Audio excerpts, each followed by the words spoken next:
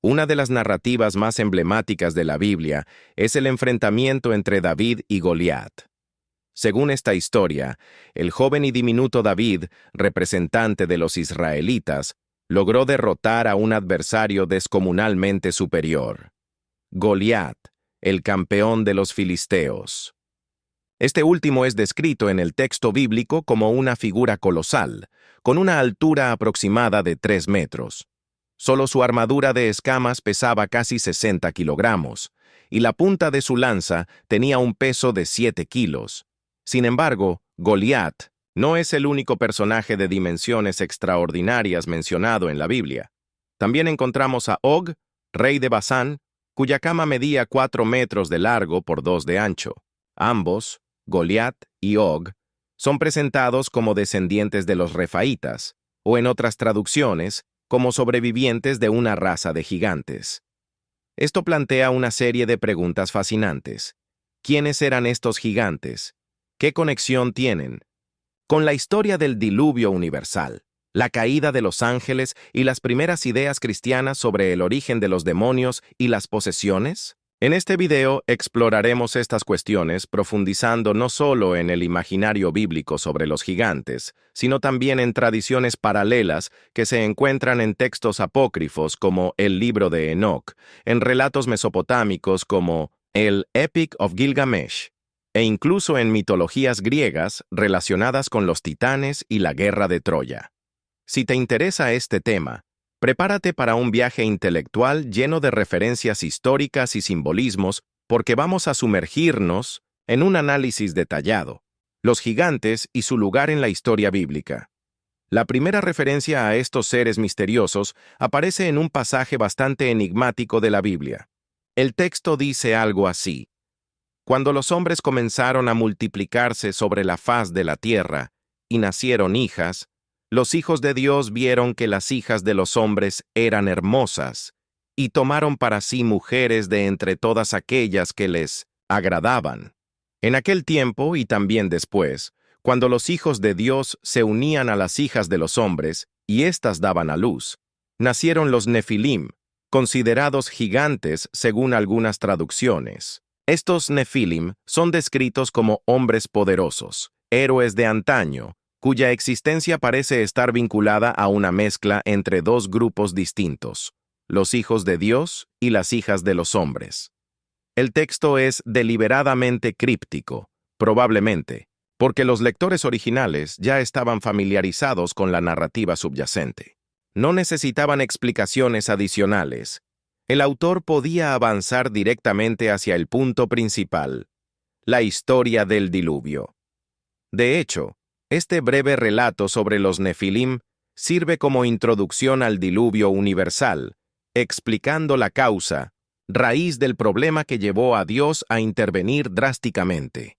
La creciente maldad humana está intrínsecamente conectada con este cruce entre los hijos de Dios y las hijas de los hombres, aunque aún debemos explorar con más detalle cuál era exactamente esa relación. Lo curioso es que, según los textos bíblicos, el diluvio no eliminó completamente el problema. Mucho después, en los tiempos de Moisés, los Nefilim todavía aparecen en las narrativas. Un ejemplo notable ocurre cuando Moisés envía espías a explorar la tierra de Canaán. Algunos de ellos regresaron con un informe alarmante. La tierra que exploramos devora a sus habitantes. Todos los que vimos allí son hombres de gran estatura. Vimos también a los Nefilim, y nos sentíamos como langostas frente a ellos. A pesar de estos informes desalentadores, los textos afirman que el pueblo liderado por Moisés logró derrotar a varios de estos gigantes, incluyendo a Og, cuya monumental cama ya mencionamos. En épocas posteriores, durante los días de David, figuras similares continuaron emergiendo en la región de Canaán. El ejemplo más famoso es Goliat, pero no fue el único. También se menciona a Sipai, Lama y un guerrero anónimo que tenía 24 dedos, 6 en cada mano y 6 en cada pie. Entre todos estos personajes, Goliat es el único cuya altura está especificada claramente: 6 codos y un palmo, lo que equivale aproximadamente a 3 metros. Sin embargo, vale la pena señalar que las medidas varían según los manuscritos. El documento más antiguo que menciona la altura de Goliat es un fragmento de los manuscritos del Mar Muerto que indica 4 codos y un palmo, es decir, alrededor de 2 metros, lo cual ya no resulta tan impresionante. Por otro lado, los manuscritos del Mar Muerto también hablan de gigantes auténticos, no solo remanentes de una raza extinta. Estos seres alcanzaban alturas increíbles, llegando incluso a medir 3.000 codos, lo que equivaldría a unos 1.000 metros de estatura. Para comprender esta cifra tan asombrosa, debemos adentrarnos mucho más en la historia del cruce entre los hijos de Dios y las hijas de los hombres. Hasta ahora, apenas hemos arañado la superficie de este fascinante tema. Los hijos de Dios, quienes quiera que fueran, parecen ser clave para entender el origen de estos gigantes y su impacto en la historia bíblica. La expresión hijos de Dios puede parecer genérica en contextos modernos, como cuando alguien dice, yo también soy hijo de Dios. Sin embargo, en el contexto en el que fue escrito el Génesis, esta frase tenía un significado mucho más específico. En hebreo, la expresión es Bene Elohim, y se refería a seres celestiales que formaban parte del séquito divino o del Consejo Celestial, una especie de asamblea sobrenatural liderada por el Dios Supremo. Esta idea no es exclusiva de la Biblia.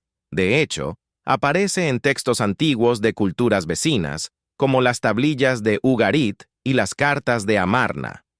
En estos documentos históricos, encontramos referencias a un dios principal llamado El, quien es descrito como un anciano con barba grisácea, sentado en un trono rodeado por una corte celestial. Los miembros de esta asamblea son sus hijos, los Bene El, es decir, los hijos de El. De manera similar en la Biblia vemos a Dios, Elohim, derivado de El, acompañado por seres celestiales que, aunque no son llamados ángeles en este contexto, cumplen funciones similares. Estos seres forman parte del consejo divino y actúan como mensajeros o ejecutores de la voluntad divina.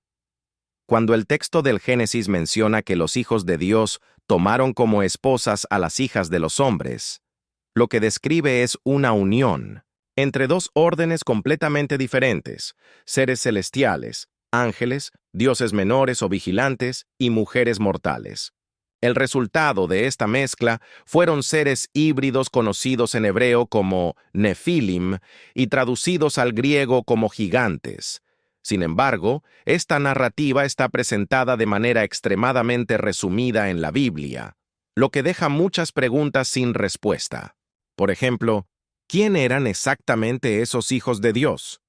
¿Cuántos participaron en estas uniones? ¿Cómo eran los descendientes de estas relaciones? ¿Qué hicieron para ser llamados hombres famosos o héroes de los tiempos antiguos?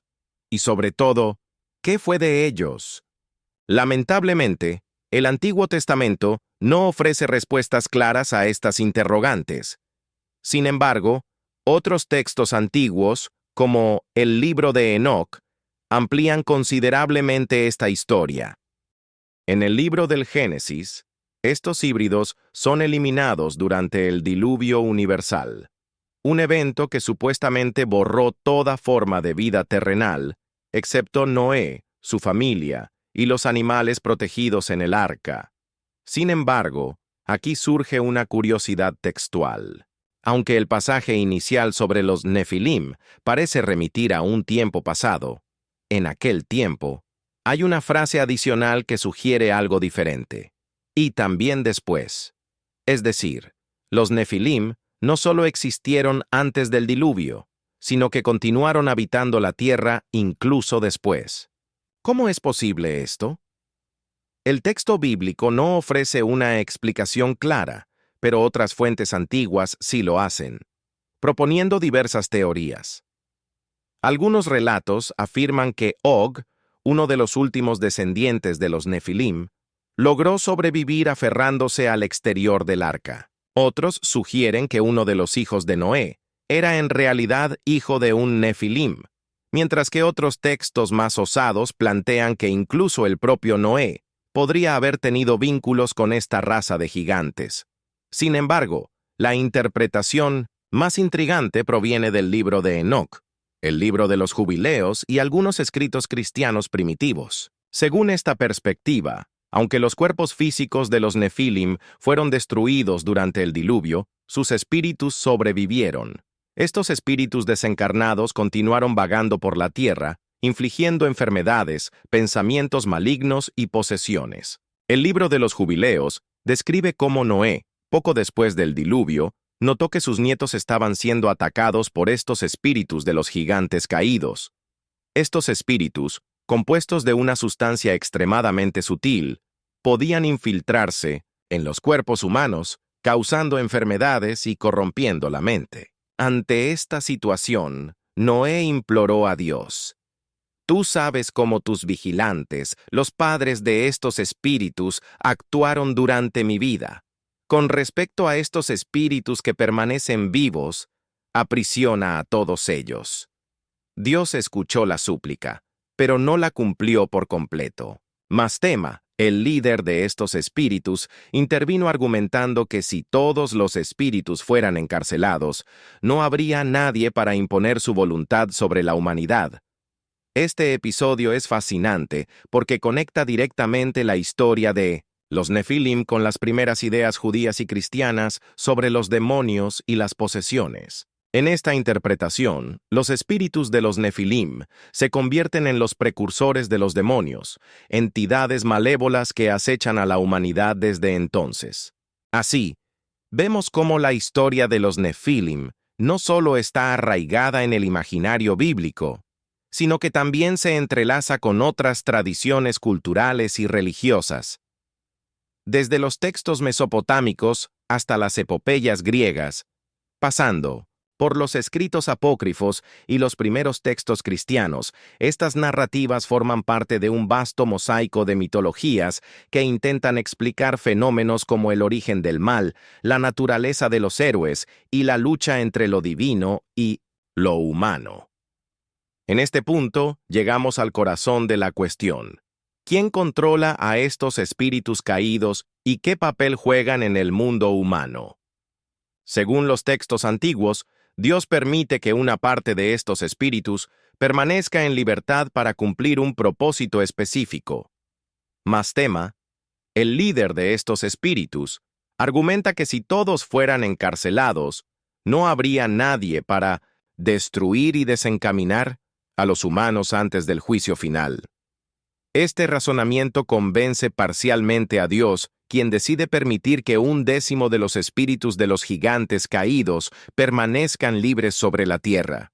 Estos espíritus se dedican a poseer, enloquecer y enfermar a las personas, mientras que los 9/10 restantes son enviados al lugar del juicio, conocido como el Tártaro. Esta tradición es mencionada en el Nuevo Testamento, específicamente en las cartas atribuidas a Pedro. Los gigantes de la Biblia, como Goliat y los Nefilim, mencionados en Génesis, son figuras que despiertan fascinación y reflexión. Ellos representan no solo fuerza física, sino también desafíos aparentemente insuperables que surgen en nuestras vidas. Goliat, por ejemplo, era un guerrero imponente que intimidaba a todo el ejército de Israel. Su tamaño y poder simbolizaban una amenaza casi imposible de enfrentar, hasta que David, un joven pastor con una fe inquebrantable, decidió enfrentarlo. La historia de David y Goliat nos enseña que los gigantes de la vida, ya sean problemas financieros, relaciones difíciles, miedos o limitaciones personales, pueden parecer aterradores a primera vista. Sin embargo, la victoria no depende del tamaño de nuestros recursos o habilidades, sino de la confianza en algo más grande que nosotros mismos, nuestra fe, valores y propósito. David no tenía armadura ni espada, pero su convicción de que Dios estaba con él fue suficiente para superar lo imposible. En la vida diaria, podemos aplicar esta lección al enfrentar nuestros propios gigantes. En lugar de paralizarnos ante los obstáculos, debemos buscar fuerzas en nuestras creencias. en el apoyo de quienes nos rodean y en la sabiduría adquirida a lo largo de la vida. Así como David usó su experiencia como pastor para enfrentar a Goliat, podemos usar nuestras habilidades y vivencias para resolver problemas de manera creativa y valiente. Los gigantes bíblicos nos recuerdan que muchas veces subestimamos nuestro potencial y sobreestimamos las dificultades. Al enfrentar nuestros desafíos con coraje y fe, descubrimos que somos capaces de mucho más de lo que imaginábamos y que, a veces, los mayores gigantes están dentro de nosotros, esperando ser vencidos. Si esta historia te ha inspirado y deseas aprender más lecciones y relatos bíblicos, no olvides dar like, suscribirte, activar la campanita y compartir este video con quienes quieran descubrir las enseñanzas de la Biblia.